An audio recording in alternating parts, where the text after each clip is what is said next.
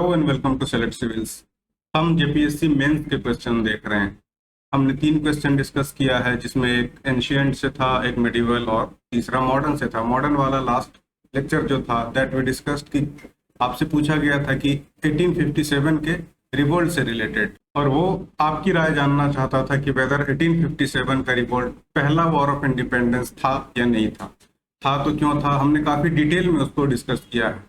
अगर आप you are visiting this channel for the very first time, तो select civils YouTube पे हमने 14 मेंस का प्लेलिस्ट क्रिएट कर दिया है। वहां पर भी आपको क्वेश्चंस मिल जाएंगे। वहां पर अगर आप बिगनर भी हैं तो आप धीरे धीरे सीख सकते हैं कि how we need to write good answers. उसी सीरीज का ये एक अच्छा सवाल आपको झारखंड के कॉन्टेक्स्ट में पूछा गया, स्पेसिफिकली झारखंड। वैसे हमने बार बार ये डिस्कस किया कि whether it is asked Jharkhand के कॉन्टेक्स्ट में या नहीं, आपको हमेशा से लिखना है झारखंड के कंटेम्प्रोरी उस दौरान जो घटनाएं हो रही थी। ये जो सवाल है specifically this is asked about Jharkhand जी के। ये कह रहा है कि tribal revolt led by Birsa Munda express the anxieties of the peasants in religious items. इस पे आपकी राय जानना चाहता है। अगेन यहाँ पर कीवर्ड है कमेंट। अगर आप देखेंगे तो ये काफी ब्यूटीफुली क्राफ्टेड क्वेश्चन, एक अच्छा सवाल है। क्या है कि बिरसा मुंडा के नेतृत्व में जो जनजातीय विद्रोह हुआ वो किसानों की चिंताएं धार्मिक मुहावरों में अभिव्यक्त हो रही थी। यानी जो मुंडा रिवोल्ट था, फर्स्ट आप देखिए कि बीट अराउंड द बुश जिसे कहते हैं वो नहीं करना है। पॉइंट टू पॉइंट जो पूछा है आप एनालाइज करें क्वेश्चन को, उसके बाद उसे समझें और फिर चीजें लिखें। यहाँ पर कह रहा है कि बिरसा मुंडा का जो रिवोल्ट हुआ, ऐसा नहीं है कि वो रैंडम कुछ एक रिवोल्ट था। बस हम जानते हैं कि ब्रिटिश एडवेंट के साथ साथ एक्सप्लॉयटेशन जो है, दमन काफी बढ़ गया था। तो ये कह रहा है कि जो बिरसा मुंडा का विद्रोह था वो बेसिकली क्या था, किसानों की चिंताएं थी वो धार्मिक मुहावरों में अभिव्यक्त हो रही थी। यानी रिलीजियस एक हेडिंग लिया गया और ये रिवोल्ट आगे बढ़ा, लेकिन उसके पीछे क्या था, तो किसानों की चिंताएं थी। ये आपको एक्सप्रेस करना है, इस पे आपकी राय चाहिए, कमेंट चाहिए। अगेन यहाँ पर क्या है, चर्चा करना है। तो सबसे पहले आपको क्वेश्चन में पूछा गया है कि जो रिवोल्ट के पीछे की चीज थी, इसके बेस में क्या था, किसानों की चिंताएं थी।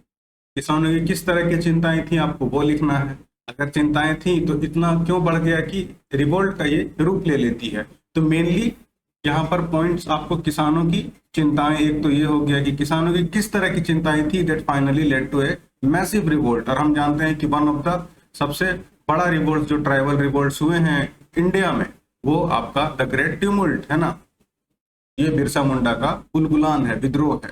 तो ये आपको बताना है।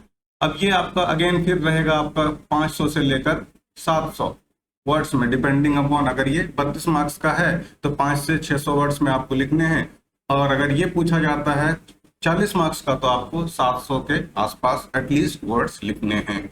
तो हम फिर अगेन शुरू करेंगे, बेसिक इंट्रोडक्शन बताएंगे, फिर उसकी बॉडी लिखेंगे और फिर उसको कंक्लूड करेंगे। लेकिन इसमें कई सारे डायमेंशन कवर होंगे। क्या डायमेंशन होंगे, सबसे पहले हम बताएंगे कि बिरसा मुंडा का रिवोल्ट क्या था, ओवरव्यू देंगे। उसके बाद बताएंगे कि किस तरह का एक्सप्लॉयटेशन था किसानों का, उसका हम पॉइंट्स बताएंगे। अब उसका अलग अलग पॉइंट्स हो जाएगा, जैसे उनके कल्चर पे इंक्रोचमेंट होना, उनके जल जंगल जमीन को हड़प लेना, उसके बाद जो फुटकट्टेदारी सिस्टम था उसको खत्म कर देना। वो उस तरह से धीरे धीरे वो काफी सारा टॉपिक्स मिला के किसानों को जब ये लगा कि ये अब टू मच टू बेयर, उसके बाद क्या, इसको एक रिलीजियस आइटम्स, इसको आवाज दी किसने, बिरसा मुंडा ने। किस तरह से उन्होंने खुद को सेवियर ऑफ द अर्थ, धरती आबा बताया। उसके बाद क्या हुआ कि वो बताया कि मुझे भेजा गया है गॉड के द्वारा, मैं एक दूत हूँ। और आप जो मोनोथिज्म है, किसी भी चीज की नेचर की पूजा कर रहे हैं, हालांकि वो सिंबॉलिक ठीक है, बट आप वन गॉड की तरफ आए। उसके बाद क्या किया बिरसा मुंडा ने, अभियान तेज किया। जब वो साइलेंट प्रोटेस्ट से बात नहीं बनी तो इट टर्न वायलेंट वन, में किसानों को एकत्रित करना और फिर कई तरह की चीजें शामिल थी। तो वो सारी चीजें हम डिस्क्रिप्टिव में लिखेंगे। उसके बाद वो हो गया, फिर आपको ये देखेंगे कि इससे किस तरह के एडमिनिस्ट्रेटिव या सिस्टमेटिक चेंजेस आए। उन चेंजेस के बाद फिर हम कंक्लूड करेंगे कि वेदर इसकी खामियां क्या रह गई, कि बिरसा मुंडा अभियान, जो बिरसा मुंडा का जो आंदोलन था, रिवोल्ट था, उसमें किस तरह के वजहों से ये उतना कारगर साबित नहीं हुआ। और फिर फाइनली ये कंक्लूड करेंगे कि हालांकि वो नहीं उतना साबित हुआ अपने एम को अचीव करने में, लेकिन बहुत सारा रिफॉर्म्स हमें मिला। जैसे कि खूंटी को सब डिवीजन बना दिया गया, CNT और SPT जैसे एक्ट फिर बाद में आए, उस टाइम भी CNT एक्ट को लाया गया। तो इस तरह का हम इसे एक होलिस्टिक देंगे इसको आयाम। सो हम स्टार्ट करेंगे, again we will start with the introduction.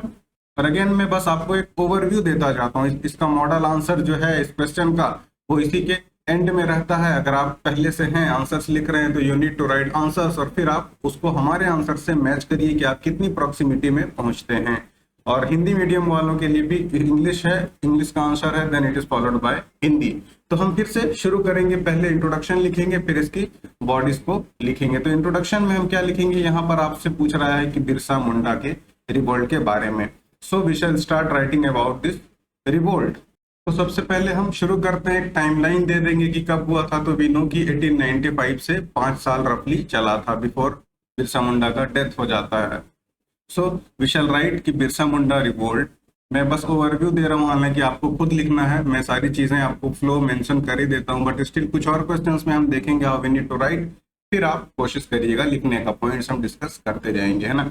Birsa Munda revolt was one of the major, क्या था, ट्राइबल रिवोल्ट था, ट्राइबल रिवोल्ट्स।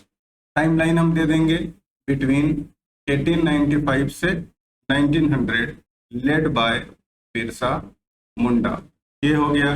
उसके बाद आपको इंट्रोडक्शन भी लिखना है एटलीस्ट 80 to 100 वर्ड्स में, क्योंकि आपकी जो मार्किंग है क्वेश्चन की 32 या 40 नंबर की होगी, तो इतना short introduction will not suffice. ये कब हो गया, तो also known as the great tumult, है ना, उद्बुलान, वाज नॉट जस्ट अ, ये सिर्फ एक पॉलिटिकल रिबेलियन नहीं था जिसमें कुछ शॉर्ट टर्म गेन्स हासिल करने थे, not just a political revolt but a spiritual awakening, spiritual awakening. ये इसको और तरह से लिख सकते हैं, but a well as a zenith, यानी कि एक टॉप था, है ना, ये एक पॉइंट आ गया था जहां से ज्यादा लगा कि ट्राइब्स को भी और दूसरे पीजेंट्स को भी कि ये अब अनबियरेबल हो गया है। Was a zenith of the resistance by the peasants, क्यों, तो अगेंस्ट ब्रिटिश एक्सप्लॉयटेशन। और अगेन कोई फिक्स आपको नहीं है कि यही चीज लिखना है, हमने आपसे पॉइंट्स डिस्कस कर दिया, आप इसको जिस तरह से अरेंज कर सकिए। और यहाँ पर हमने इंट्रोडक्शन में क्या किया कि एक चीज ये मेंशन कर दी कि ये आपका काइंड ऑफ क्या था, यहाँ पर भी हमने बता दिया कि जो किसानों के पीजेंट्स का जो एक्सप्लॉयटेशन हो रहा था ये उसका कल्मिनेशन था, टॉप पॉइंट था। तो ये भी एक इंट्रोडक्शन हो सकता है, या दूसरे तरह से भी आप लिख सकते हैं कि great revolt was a collection of events that was simmering, जो पनप रहा था धीरे धीरे on the advent of British, और जिससे एक्सप्लॉयटेशन काफी हद तक बढ़ गया था। तो ये आपका एक इंट्रोडक्शन हो गया। Now we shall move to the body part. अब बॉडी पार्ट में ही आपको वो बात बता देनी है जिसमें क्वेश्चन खुद कह रहा है कि ये रिलीजियस आइटम्स के जरिए से जो उनके भीतर पनप रहा था, एंजाइटीज, जो बेचैनी थी एक्सप्लॉयटेशन को लेके, उसको ये रिलीजियस रूप दिया, है ना। So background of the revolt हम बता देंगे, इसी में बता देंगे कि क्यों, किस तरह के एक्सप्लॉयटेशन थे जिसकी वजह से धार्मिक आइटम्स का आड़ लेकर ये विद्रोह इतना बड़ा हो गया। बैकग्राउंड ऑफ द रिवोल्ट ये आप लिख दीजिए, या रीजन्स ऑफ द रिवोल्ट, या वाई द रिवोल्ट, जिस तरह से भी आप इसको लिखना चाहते हैं। तो हम बस पॉइंट्स यहाँ पर मेंशन कर देते हैं, you need to write by yourself. और अगेन ये मेरे लिखने से कोई खास आपको फायदा होने वाला है नहीं, मॉडल आंसर है। आप बार बार मैं कहता हूँ सारी चीजें जो हम डिस्कस करते हैं वो हमने मॉडल आंसर में इंक्लूड कर दिया है, तो आप इसको लिखिएगा।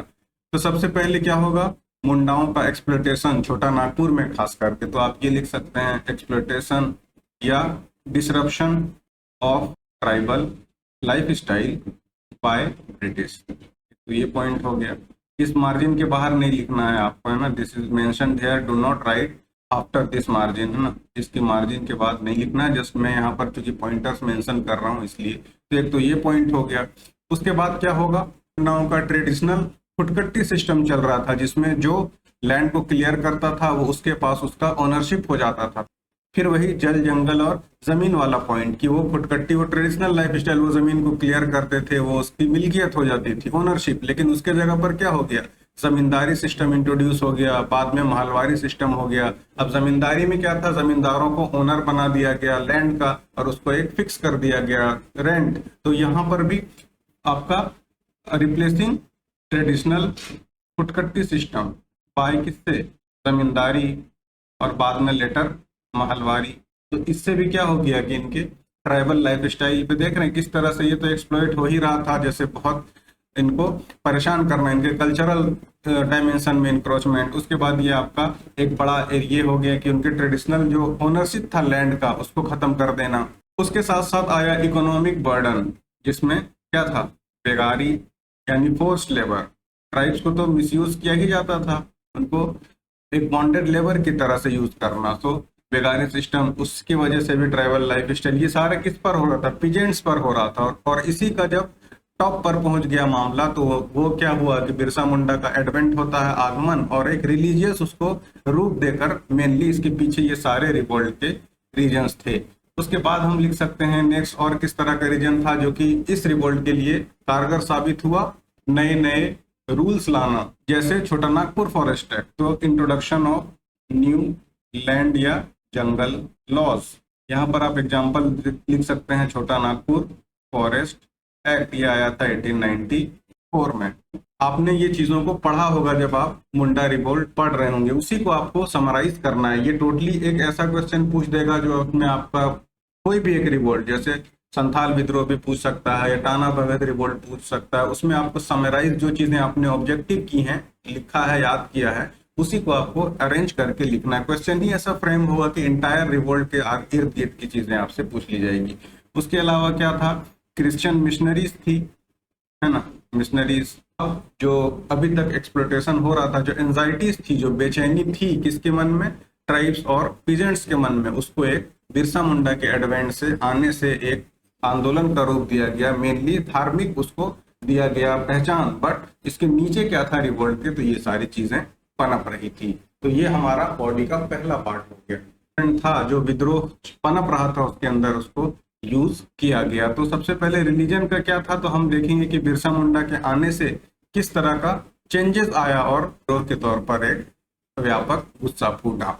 यहाँ पर लिख देते हैं कि रिलीजन, और फिर मैं आपको पॉइंटर्स बता दूंगा, है ना। उन्होंने अलग अलग ट्राइब्स को कि हमारे लाइफ स्टाइल पे, हमारे कल्चर पे इंक्रोचमेंट हो रहा है, तो वी नीड टू यूनिफाई, हमें इकट्ठा होना है। उसके बाद उन्होंने क्या किया, खुद को भगवान का दूत माना, और ये मैसेंजर भी खुद को कह रहे थे, है ना, मैसेंजर ऑफ।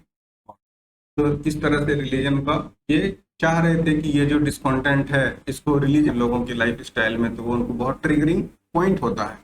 तो इन चीजों को उन्होंने स्मार्टली काफी इस्तेमाल किया, और जो एंजाइटीज पल रही थी उनको विद्रोह के तौर पे बदला, नया एक रिलीजन शुरू किया। उसके बाद मोनोथिज्म, इंक्रोचमेंट हो रहा था ब्रिटिश का, वो कहा कि बाहरी राज नहीं चलेगा, अब वह लैंड है तो बाहरी कोई वाय सम वन एल्स विल रूल, अब वो हमारा लैंड है तो हमारा राज होगा। इस तरह से रिलीजन को उन्होंने इस्तेमाल किया।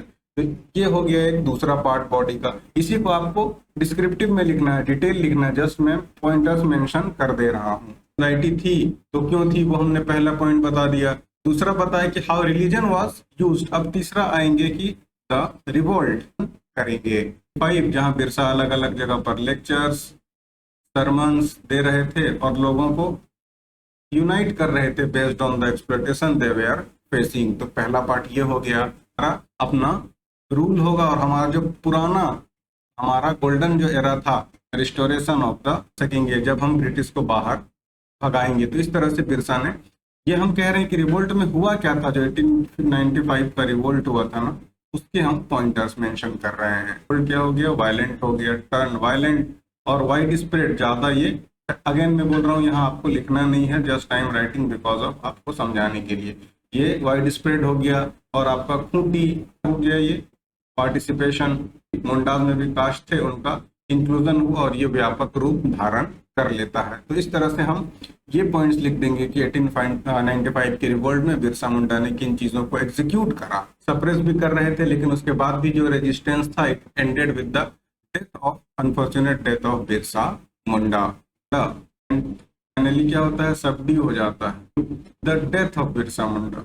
कब हुआ था वो आपको लिख देना है। आप जानते ही होंगे, ये must be knowing this, Ranchi jail 1900 में ये उनका डेथ हो जाता है। ये तो हो गया कि बिरसा मुंडा का सबसे पहले हमने शुरू किया कि रीजन क्या था, फिर हमने देखा कि रिलीजन को किस तरह से यूज किया, फिर हमने ये देखा कि इसमें किस तरह का फॉर्मेट था, जो आंदोलन था इसका रूप क्या था, और फिर ये सब अल्टीमेटली खत्म कैसे हो जाता है, सबड्यू कैसे हो जाता है। तो एक तो ब्रूटली सप्रेस करती है ब्रिटिश भी, लेकिन जो बचा खुचा रहता है with the death of Birsa Munda it come to an end. अब ये हम देख लिया, हमने ये देख लिया। अब इसके बाद देखेंगे कि इसकी लिमिटेशंस क्या थी, किस हद तक ये सफल रहा था अपने पॉलिसीज को। तो छोटा नागपुर टेनेंसी एक्ट ये पास कर दिया गया और साल था 1908। पॉलिसीज के बारे में वाइडर या ब्रॉडर, बिकॉज इसको क्या करना पड़ा, रीथिंक करना पड़ा कि ट्राइबल एडमिनिस्ट्रेशन ऐसा नहीं है कि हम अपनी मर्जी से जैसा चाहेंगे वैसा हम रूल कर लेंगे। तो ये इसका सक्सेस वाला पार्ट हो गया। उसके बाद क्या हुआ, बॉन्डेड लेबर जो बेगारी सिस्टम था उसको खत्म कर दिया गया। तो ये कितने बड़ा ऑब्वियसली रिवोल्ट का सक्सेस वाला पार्ट था। फिर हम देखेंगे कि इसकी लिमिटेशंस, अगर सक्सेस नहीं हुई तो व्हाट वेयर द लिमिटेशंस, क्यों सक्सेस नहीं हो पाया। आपको डिस्क्रिप्टिव लिखना है, ऐसे माइंड मैप्स नहीं बनाना है। यूपीएससी में क्या होता है कि थोड़ा वर्ड्स का लिमिटेशन होता है और टाइम का भी, so you need to write in pointers और मैप्स। लेकिन जेपीएससी में अवॉइड करिएगा इस तरह के ग्राफ्स बनाना, क्योंकि हमने मॉडल आंसर हिंदी इंग्लिश दोनों में अपलोड किया लिखा हुआ है। तो आप इसके लिए जस्ट मैं पॉइंटर्स बता रहा हूँ कि आपको फ्लो कैसे मेंटेन रखना है। लिमिटेशंस क्या थे कि ये ओवर पावर नहीं कर सके ब्रिटिश को, ब्रिटिश ओवर पावर कर लिया इजिली। लैक ऑफ क्या था, कोऑर्डिनेशन था, बाय कोऑर्डिनेशन।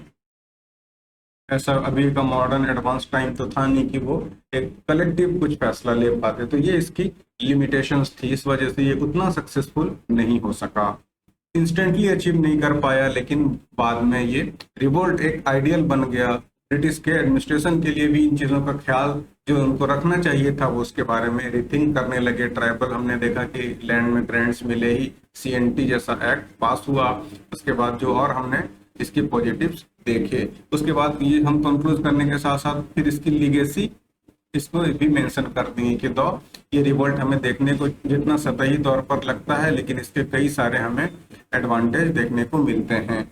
अब बिरसा मुंडा की लीगेसी क्या रही, तो हम जानते हैं कि ओनली ट्राइबल हैं जिनका संसद भवन में इमेज है ना, ओनली ट्राइबल लीडर। फिर हम एक हॉलिस्टिकली इसको कंक्लूड करेंगे।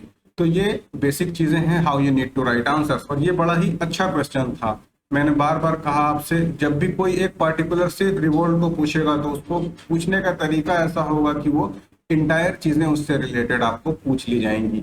और ये फिर जब तक आप शुरू से आंसर राइटिंग नहीं करेंगे, it is quite a tough nut to crack. बस बार बार आप प्री क्वालिफाई करिए, थोड़ा सा सेलिब्रेट करिए, मेंस लिखिए, या तो डिस्क्वालीफाई कर जाइए या माँ भी जरूरी है। मॉडल आंसर है, अगेन ये आपको सेलेक्ट सिविल जो ऐप है वहां पर आप इसे अवेल कर सकते हैं, साइन अप करिए। और ये फ्री वाला रिसोर्सेस है। आप जैसे ही जेपीएससी में जाएंगे, जेपीएससी में हमारा फ्री रिसोर्सेस का टैब है, वहां हमने जो डिस्कशन किया है ये आपको वहां पर मिल जाएगा। ये सारी चीजें हमने काफी डिटेल में, आप अगर पहले से लिख रहे हैं आंसर्स तो गुड, आप लिखिए और देखिए कि कितना आप इसके नजदीक प्रोक्सीमिटी में आ सकते हैं। इंग्लिश का खत्म हो जाने के बाद ये अगेन हिंदी वाला, हिंदी मीडियम एस्पिरेंट भी इसको देख सकते हैं कि ये जो सवाल था कि बिरसा मुंडा के नेतृत्व में जनजातीय विद्रोह में शामिल किसानों की चिंताएं धार्मिक मुहावरों में अभिव्यक्त हो रही थी। तो आप यहाँ से भी इसको देखिए, इसका क्या रिवोल्ट रहा, क्यों इसका कारण रहा, और सारी चीजें हमने इसको इंटीग्रेट की है। और बस प्रैक्टिस करिए। और अगेन ये हमारा सेलेक्ट सिविल्स ऐप है, प्ले स्टोर पर आप जाइए, सेलेक्ट सिविल सर्च करिए और वहां पर आप इसे साइन अप रजिस्टर करके फ्री में देख सकते हैं। और मेंस आंसर राइटिंग का भी हमने एक कोर्स डिजाइन किया है 1-2 दिन में, दैट विल बी लाइव। अगर आप बिल्कुल बिगनर हैं, बिल्कुल शुरुआती तौर पर ABC भी आपको नहीं आती आंसर राइटिंग की, then you can learn from us. और आपके और कोई राय हो, कुछ सुझाव हो, आपको हमसे कुछ बात करनी हो तो आप 7992290065 ये हमारा जो ऑफिशियल नंबर है, इस पर आप बात कर सकते हैं।